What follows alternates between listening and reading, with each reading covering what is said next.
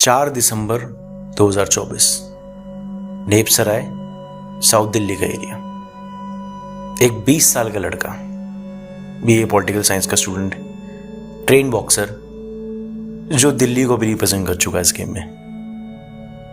5-6 बजे का वक्त होगा, सुनसान सड़कें, सर्दी का वक्त है। वो अपने घर वापस आता है मॉर्निंग वॉक से। जो घर का गेट खोलता है तो फर्श पर उसको खून बिखरा हुआ दिखता है। घबरा जाता है देख के। वो जैसे आगे चलता है तो उसे नजर आती है अपने परिवार की लाश। वो देख के बिल्कुल बेसुध हो जाता है।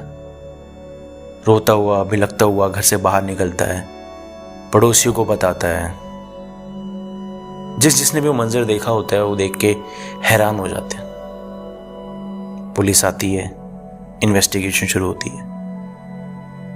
लेकिन जहन में एक सवाल रहता है कि आखिर क्यों? 51 वर्षीय राजेश कुमार, जो कि एक्स आर्मी सर्विसमैन थे, उनकी 46 वर्षीय पत्नी कोमल, 23 वर्षीय बेटी कविता, उनका 20 साल का बेटा अर्जुन तंवर, जो कि एक ट्रेन बॉक्सर था।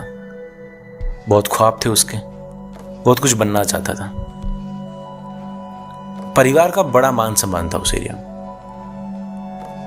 देश सेवा के लिए जाने गए लोग, बड़ी इज्जत थी, बड़ी पूछ थी, कोई दिक्कत कोई परेशानी थी नहीं। तो फिर आखिर क्यों कोई पूरे परिवार को उजाड़ के चला गया? अब पुलिस के सामने भी इसमें कई सवाल थे।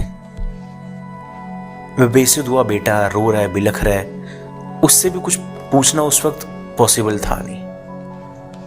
लेकिन जैसे जैसे इन्वेस्टिगेशन आगे बढ़ती है, वो बेटे पे क्या बीत रही होगी, उस पे तो पूरा का पूरा दुखों का पहाड़ ही टूट पड़ा होगा। नहीं, वो आंसू, वो रोना, वो घबराहट भी उसके पीछे के कातिल को छुपा नहीं पाई। इस चिराग जो परिवार का था, उस पूरे परिवार को बुझाने वाला था खुद का बेटा, यही अर्जुन तंवर। पुलिस को अर्जुन पे शक शुरुआत से ही था, क्योंकि इंटेरोगेशन जब पुलिस इस केस की छानबीन कर रही थी तो अर्जुन ने अपने बयान कई बार बदले। शुरुआत में उसने किसी भी तरीके की दुश्मनी को, लेन देन को पूरी तरीके से खारिज कर दिया। लेकिन बाद में उसने इसी की आकांक्षा जताई कि था कुछ रिश्तेदारों से कुछ पैसों का लेन देन, तो शायद उस चीज के लिए मेरे परिवार का कत्ल किया गया होगा। लेकिन लुक्का छुपी पुलिस से ज्यादा वक्त तक छुप नहीं पाई।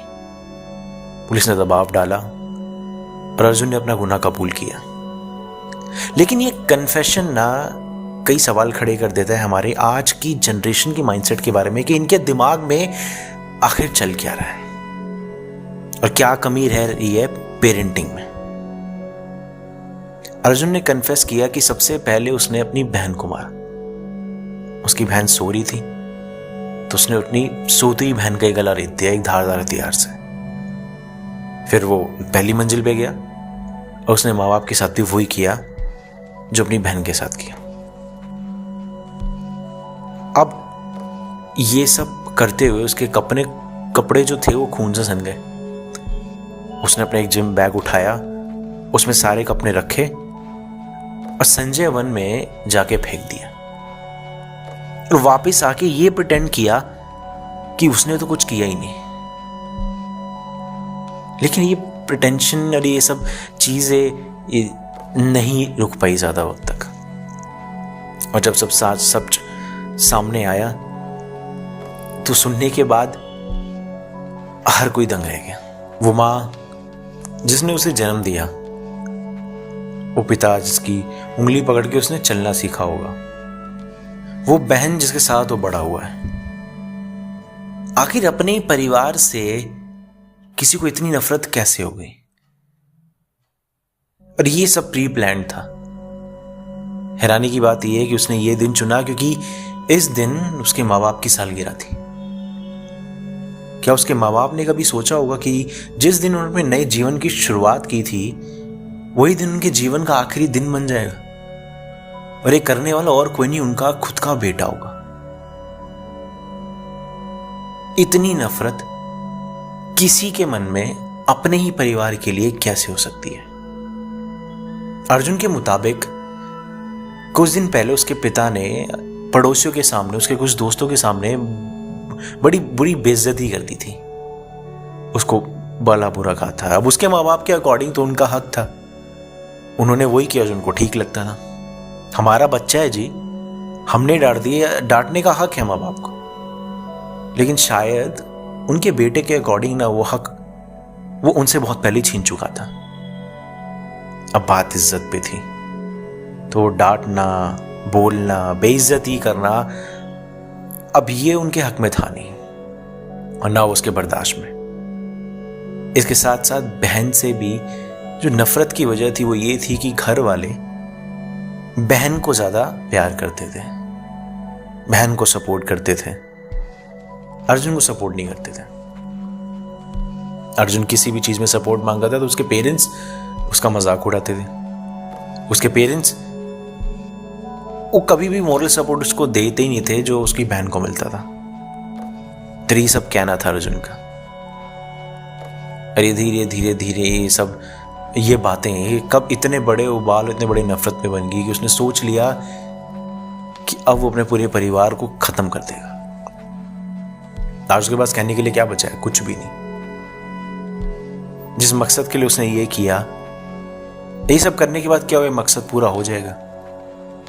क्या जो वो सपोर्ट अब चाहता था अपने माँ बाप से उसके अकॉर्डिंग, तो क्या वो सपोर्ट अब मिल जाएगा? ये घटना, ये ट्रिपल मर्डर, ये हमारे समाज का एक बहुत बड़ा एक अलार्मिंग सिचुएशन को दिखाती है। एक ऐसी सिचुएशन है जिसमें आपको रुक के सोचना होगा कि चल क्या रहा। जब हम बात करते हैं पेरेंटिंग की, जब हम बात करते हैं अंडरस्टैंडिंग्स की, तो ये स्ट्रिक्टनेस पे हमेशा सवाल उठाए जाते हैं, और साथ ही साथ बच्चों की सोच पे कि किस तरीके से आप अपना परिवार बना रहे हैं। क्या सुविधाएं दे देना, पैसे दे देना, इस सबसे एक माँ बाप का फर्ज पूरा हो जाता है? वहीं दूसरी तरफ क्या बच्चे को कुछ बोलने का, कुछ कहने का क्या माँ बाप के पास अब हक ही नहीं बचा? तो ऐसे कई सवाल हैं जो खड़े करता है ये केस, जो अपने आप में इस केस को एक बहुत एक ट्रॉमा देके जाता है हम सभी को, कि आखिर जब अपनों में ही आप सेफ नहीं है तो फिर आप सेफ है कहां? जब आप एक परिवार में होके भी सब अलग अलग हैं तो फिर परिवार है कहां? तो ऐसी कई चीजें हैं जो उजागर करता है ये केस। ऐसी कई बातें हैं जो शायद कितने परिवार में होती हैं, और ये सब बातें, ये सब चीजें कब एक अपराध का रूप ले लेती हैं ये पता भी नहीं चलता। उनके परिवार में से भी किसी ने नहीं सोचा होगा कि कभी ऐसा कुछ होगा कि अपना ही खून हमारा ही खून ही बन जाएगा। अब जब वो अकेला होगा, कस्टडी में होगा, तो क्या सोचता होगा? वो रिग्रेट, वो चीजें एक्शन करने के बाद जब आप उस रियलिटी में आते हो, उस एंगर से बाहर आते हो, तब क्या रह जाएगा आपके पास? अब कहने के लिए अपना कौन बचा है? तो ये सब बातें ये बहुत सीरियस है। तो जरूरत है कि हम सभी को अपने परिवार में अंडरस्टैंडिंग्स बढ़ाने की, एक दूसरे की जरूरत को समझने की, एक दूसरे की भावनाओं को समझने की। जब आप इनमें चूक जाते हैं तो इस तरीके की घटनाएं होने में देर नहीं लगती है, क्योंकि किसी के दिमाग में, किसी के दिल में क्या चल रहा है, क्या नहीं चल रहा है, ये सिर्फ इस बात पे। और आजकल कोई रिश्तों में कोई वो रोक या कोई वो शर्म अब बची है नहीं, होने को कुछ भी हो सकता है।